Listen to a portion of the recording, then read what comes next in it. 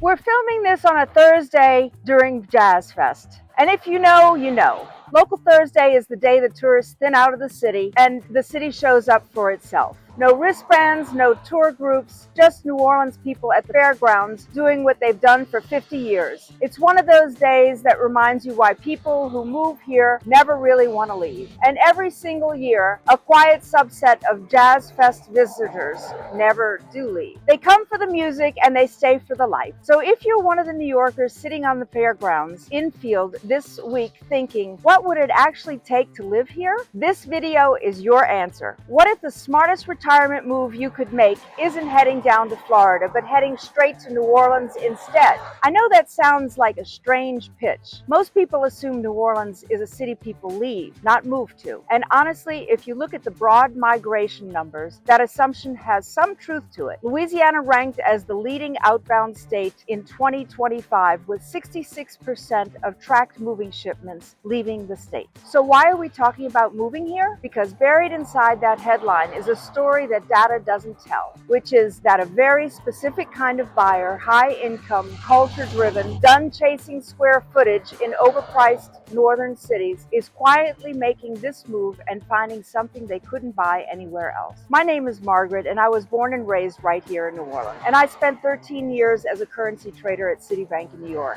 Reading markets is what I do. And what I'm seeing in our local real estate right now is worth your attention if you're the right buyer. By the end of this video, you'll know which neighborhoods fit a high-income lifestyle, what your money actually buys here compared to New York, and why the culture economy is pulling serious people toward the Big Easy. Hit that subscribe button and tap the notification bell so you never miss an update.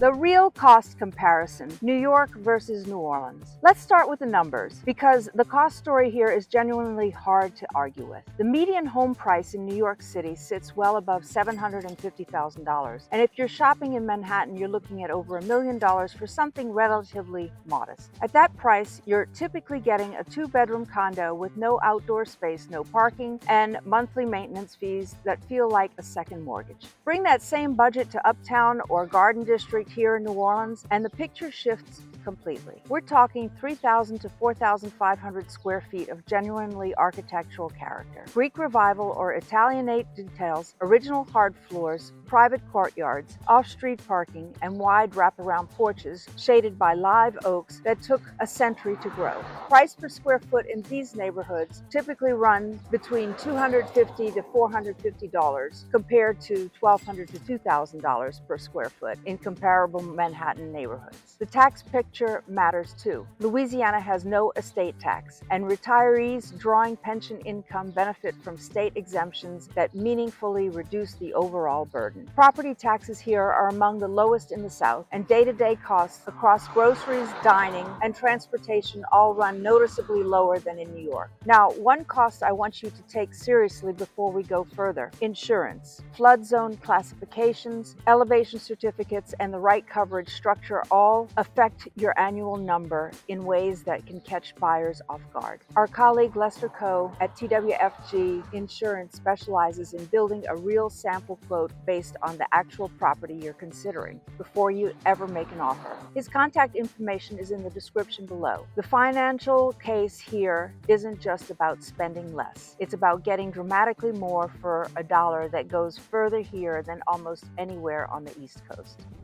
Where high-income movers are landing, 3 neighborhoods, so the numbers make sense. But let's talk about what the numbers can't capture, the neighborhoods themselves, because where you land in New Orleans shapes your entire experience of this city. The first neighborhood is Uptown, and this is where New Orleans' old money has always lived. Walk down Magazine Street on a Saturday morning with a coffee, and you'll pass independent boutiques, acclaimed restaurants, and neighbors who've always been here for generations. The architecture tells that history at every corner. Grand historic mansions sitting beside Creole cottages, all canopied by live oaks, whose roots have been lifting sidewalks since before the Civil War. Streets like St. Charles Avenue and Britannia carry a permanence and grace that newer cities simply can't manufacture. And that feeling is exactly what a lot of retirees from the Northeast are chasing when they finally decide to slow down. For buyers, Uptown runs between $700,000 to $2 million plus, depending on size, condition, and how close you are to the St. Charles streetcar line. At that price point,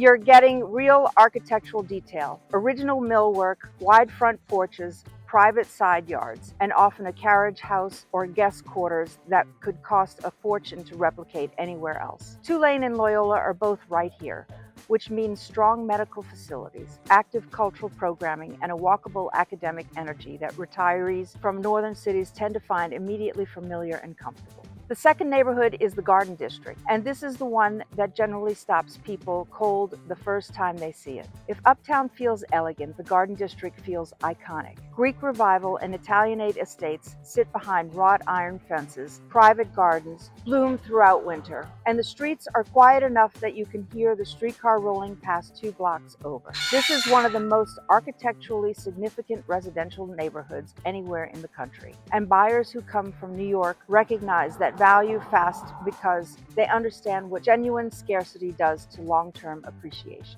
Prices here run from roughly $900,000 to $3 million and above for the larger estates. Inventory is tight, these homes don't come to market often, and when they do, prepared buyers move quickly. The lifestyle is private, refined, and deeply embedded in New Orleans culture without putting you anywhere near the tourist activity. That balance is exactly what relocating retirees are after when they want a slower pace without actually giving anything up. The third option is the Warehouse District, and this one consistently surprises people who arrive expecting New Orleans to be entirely about front porches and historic homes. The Warehouse District is urban living done right. Converted industrial lofts, contemporary condos with rooftop terraces, walkable access to the city's best galleries, James Beard-recognized restaurants, and world-class museums, all within a few blocks. For the active retiree who wants a city center lifestyle with zero yard maintenance, this neighborhood delivers at a price point between $400,000 to $1.2 million, making it the most accessible entry point of the three. Now here's the thread connecting all three, and it's the real reason high-income earners are choosing New Orleans over Nashville or Scottsdale.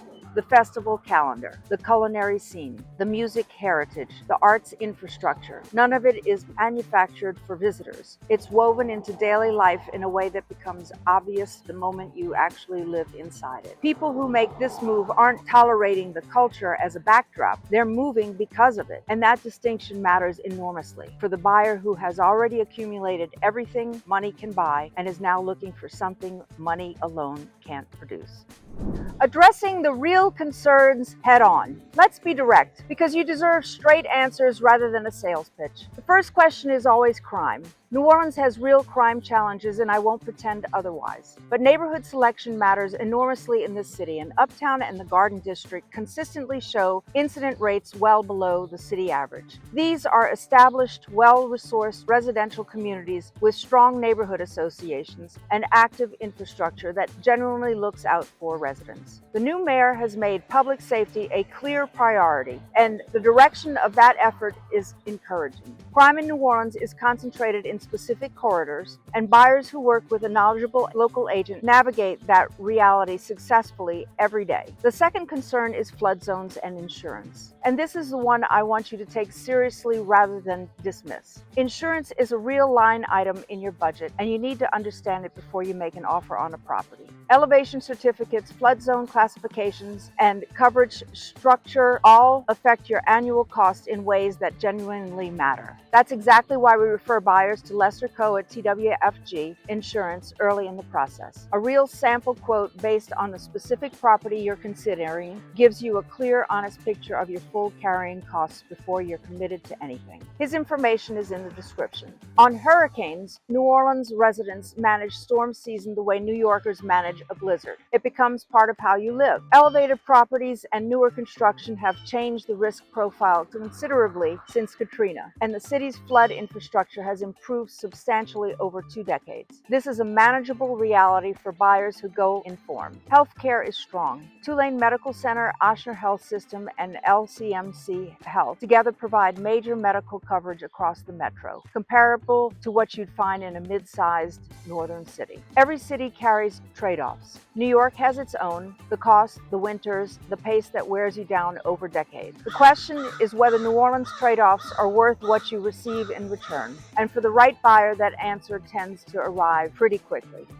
The business of culture, arts, jazz fest, and the French Quarter lifestyle. Let me put something plainly that most real estate videos won't say out loud. New Orleans is not for everyone, and that's actually the point. The buyer we work with most often isn't moving here for a lower cost of living alone. They've already done the math on Nashville, they've already toured Scottsdale, they looked at Asheville, and somewhere in the middle of all those clean, safe, perfectly optimized retirement destinations, they felt nothing, because those cities offer comfort. New Orleans offers something closer to a pulse. The question worth asking is what specifically is pulling high-income people toward a city that ranks among the most challenging in the country by conventional metrics. And the answer is culture. Not as a weekend amenity, but as a full economic and social ecosystem that actually shapes your daily life when you live inside it. Start with the French Quarter, because the quarter is where most people's imagination of New Orleans begins and ends, but their understanding of it rarely goes deeper than Bourbon Street.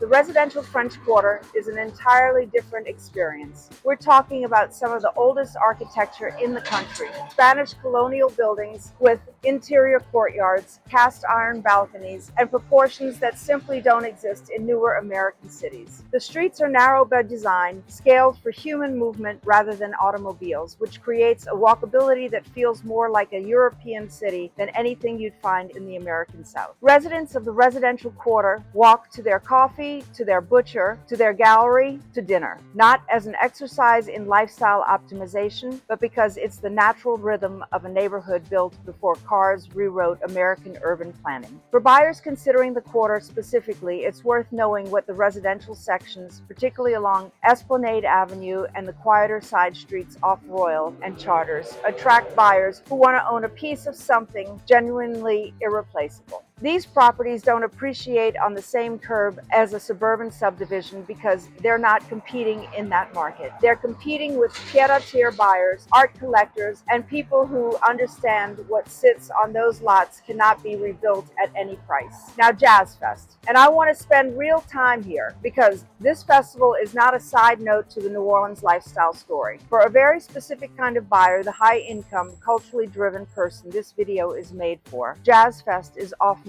the actual moment of conversion. The New Orleans Jazz and Heritage Festival runs over 2 weekends every spring in the Fairgrounds Racecourse, and it draws world-class musicians across jazz, gospel, blues, Cajun, Zydeco, R&B, and rock, acts that generally don't share a bill anywhere else on earth. We're talking about a program that has put Bob Dylan, Stevie Wonder, Aretha Franklin, and Trombone Shorty on the same weekend lineup. The curation is serious. And for the people who've been coming for years from New York, Chicago, and Boston, it stopped being a trip a long time ago and became something closer to a pilgrimage. Here's what happens, and we see it every single year without exception.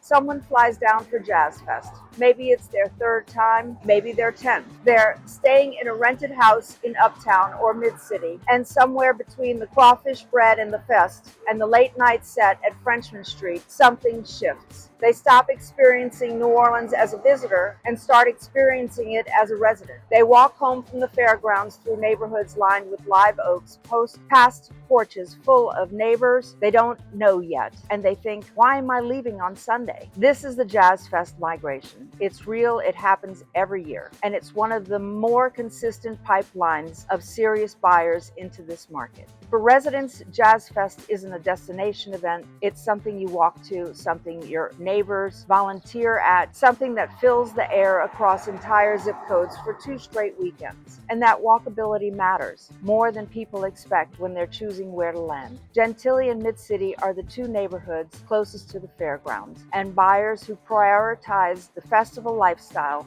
especially tend to target both. Gentilly in particular has been seeing quiet attention from buyers priced out of the Garden District who still want that sense of deep-rooted neighborhood culture and who want to walk out their front door on Jazz Fest weekend and be at the gates in 15 minutes. Mid-City sits right along the Bayou St. John corridor, which carries its own outdoor concert culture well beyond the festival season, and its price point relative to Uptown makes it generally accessible for buyers entering the market in the $400,000 to $700,000 price range. Some of our clients specifically timed their property search around the festival calendar, wanting to experience the neighborhood at full intensity before committing. That's not a coincidence. That's a data point about what kind of buyer this city attracts. Someone who understands that the life happening outside the house is just as important as the square footage inside it. For the high-income retiree who spent 30 years in New York surrounded by Lincoln Center, Carnegie Hall, and the Village Vanguard, the music culture here doesn't feel like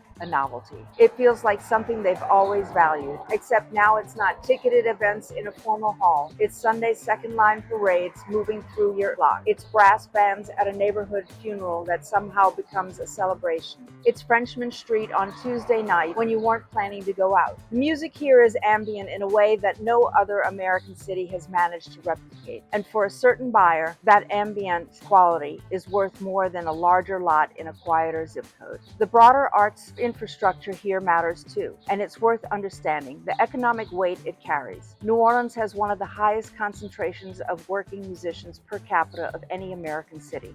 The gallery scene in the Warehouse District and along Magazine Street represents serious work by serious artists, not tourists facing prints and souvenir shops. The Ogden Museum of Southern Art, the Contemporary Arts Center, and the Newcomb Art Museum at Tulane all bring a level of curatorial credibility that places New Orleans inside a conversation most people reserve for cities twice its size. For the buyer who spent decades in New York surrounded by that kind of cultural density, landing in a city where the arts are genuinely woven into neighborhood life rather than concentrated in a single museum district feels familiar in the best possible way. There's also a culinary dimension to this that goes beyond restaurant quality. New Orleans has more James Beard Award winners and nominees per capita than almost any other American city. The food culture here isn't a scene, it's a heritage, running from corner poor boy shop to the tasting menu at century-old Creole institution, and it's something you participate in rather than observe. Regulars at Galatoire's don't just eat well on Friday afternoon. They occupy a seat in a social ritual that has played out in that same dining room since 1905. The culture here isn't a perk that comes with the house. For the right buyer, it's the primary return on investment, and it's the one thing this city delivers that no other market on the list can replicate.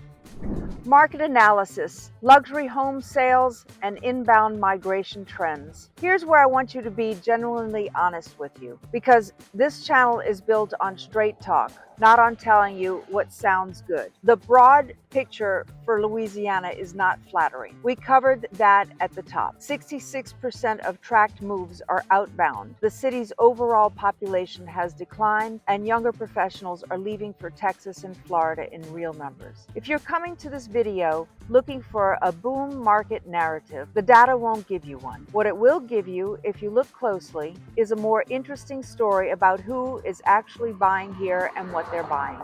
The luxury segment of the New Orleans market operates on a different set of dynamics than the city's overall population trends. Mass migration statistics capture everyone: young renters, middle-income families, weighing job markets, people moving for pure economic necessity. What they don't isolate is the high net worth buyer making a discretionary relocation decision. That buyer isn't moving because New Orleans won a cost of living spreadsheet competition. They're moving because they spent a weekend on Royal Street or a Friday afternoon at Galatoire's and understood something about this city that a migration report cannot measure. What we're seeing on the ground in the upper price tiers, particularly in the Garden District and on the larger Uptown lots, is genuine competition for limited inventory. The properties that carry real architectural integrity, meaning original structure, documented history, full lot size, and private outdoor space, are not sitting. When a well-maintained Greek Revival estate hits the market in a 1.5 to 2.5 million range, It draws attention from buyers whose primary residence is still in New York or Chicago, people who may be buying a second home first and planning the full relocation within 2 to 3 years. That pattern is more common than most outside observers would expect, and it's one of the clearer signals of where sustained demand is actually coming from.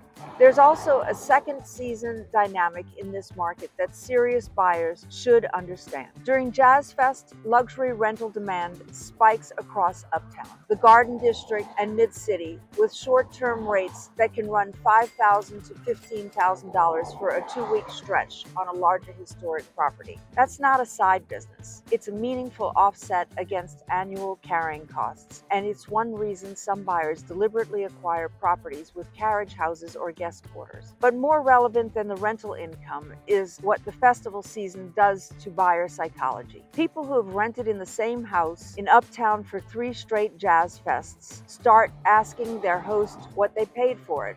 That conversation happens. We've been on the receiving end of it more than once. The festival is functionally the most effective real estate showing this city runs all year. The French Quarter pied-à-terre market tells a similar story. Buyers of quarter properties in the $600,000 to $1.2 million range are frequently purchasing as a primary residence after retirement, often coming from careers in finance, the arts, law, or academia. These are not speculative purchases. They're deliberate lifestyle decisions made by people with the means to live anywhere, who have decided that what this city offers culturally and architecturally is worth more to them than the safety of a conventionally appreciating suburban market. That calculus is specific to a very particular buyer, and it's the buyer this city has always attracted at its upper end. The honest limitation worth naming is this: New Orleans is not positioned to compete with Austin or Nashville on economic growth metrics. It's not that kind of a market, and pretending otherwise does nobody any favors. What it competes on is irreplaceability. There's one French Quarter. There's one St. Charles Avenue streetcar line running through one of the most intact collections of 19th century residential architecture in the Western Hemisphere. There's one city where second line parades move through residential neighborhoods on Sunday afternoons and the neighbors come out to join them. Scarcity of that nature creates a floor under certain property values that growth metrics don't fully explain. For the buyer who understands that distinction, the current market actually represents a reasonable entry point. Broader population softness keeps prices from running away the way they did in comparable historic cities once they got national attention. The Garden District and Uptown have not yet been discovered by the same wave of speculative capital that hit Savannah or Charleston, and that gap will not stay open indefinitely.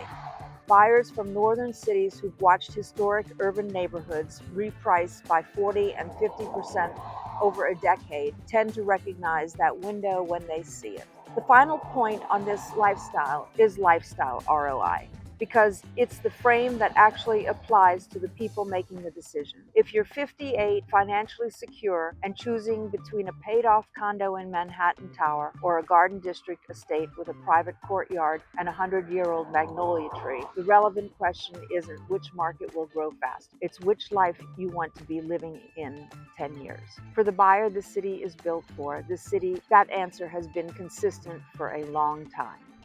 New Orleans rewards the buyer that's done his homework, and now you have it. If this city is starting to feel like the right move, reach out to me. All of my contact is in the description below, whether your timeline is 9 days or 90 days away. And be sure to like, subscribe, and tap the notification bell, because our next video is going to be all about pricing. We get more misconceptions about what things actually cost here than almost any other topic. What buyers from New York expect to pay, what they actually find, and where the real value is hiding right now. That one is worth watching before you start making offers.